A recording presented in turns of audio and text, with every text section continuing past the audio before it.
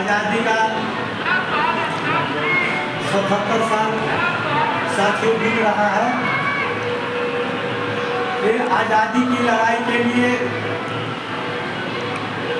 देश के समाजवादी चिंतक डॉक्टर राम मनोहर लोहिया, लोकनायक जयप्रकाश जब देश गुलाम था, आज़ादी की क्रांति का संकल्प किए थे।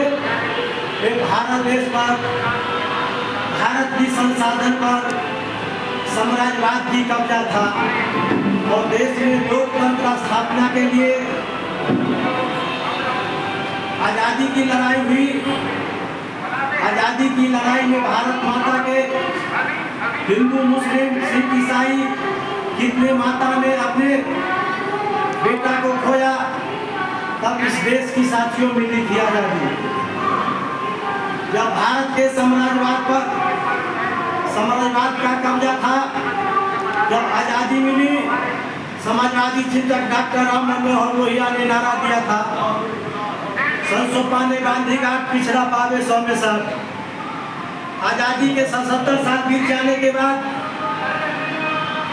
देश के अंतिम व्यक्ति है साथियों विकलांग, जिसकी मुजफ्फरपुर में रानी लक्ष्मीबाई संस्था है। 27 सालों से विकलांग बच्चों को यहाँ शिक्षा दिया जाता है। इसका पटना में सम्मेलन हुआ था।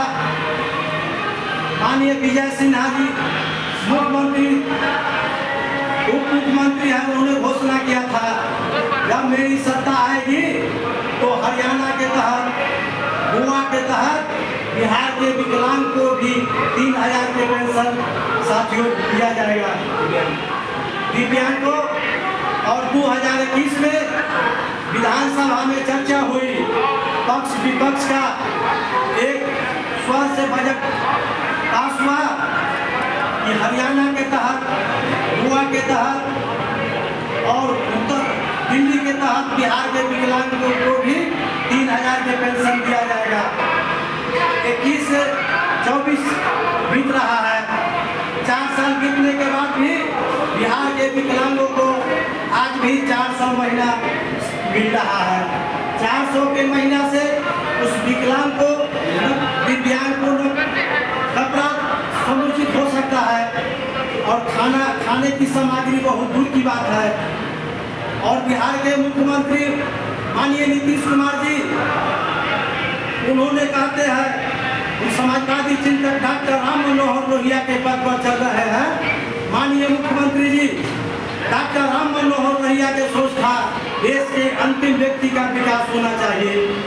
बिहार का देश के अंतिम व्यक्ति है विकलांग, जिसका आय का स्रोत नहीं है। और माननीय मुख्यमंत्री जी से उम्मीद करते हैं, अगला सत्र में बिहार विधानसभा में जो चर्चा हुआ था और विपक्ष भी पास कर दिया था, और पास होना चाहिए और विकलांग को 4000, 3000 के महीना पेंशन मिलना चाहिए। और जो यहाँ के प्रिंसिपल है,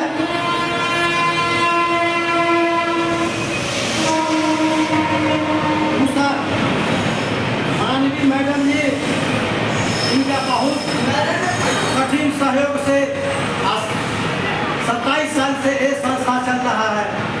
और यहाँ के लल्लू जी प्रोग्राम मैनेजर है, बच्चों को दूसरे राज्य में भी खेल में सम्मिलित करवाते हैं और प्रोत्साहन देकर बच्चों को मनोबल को ऊंचा करवाते हैं।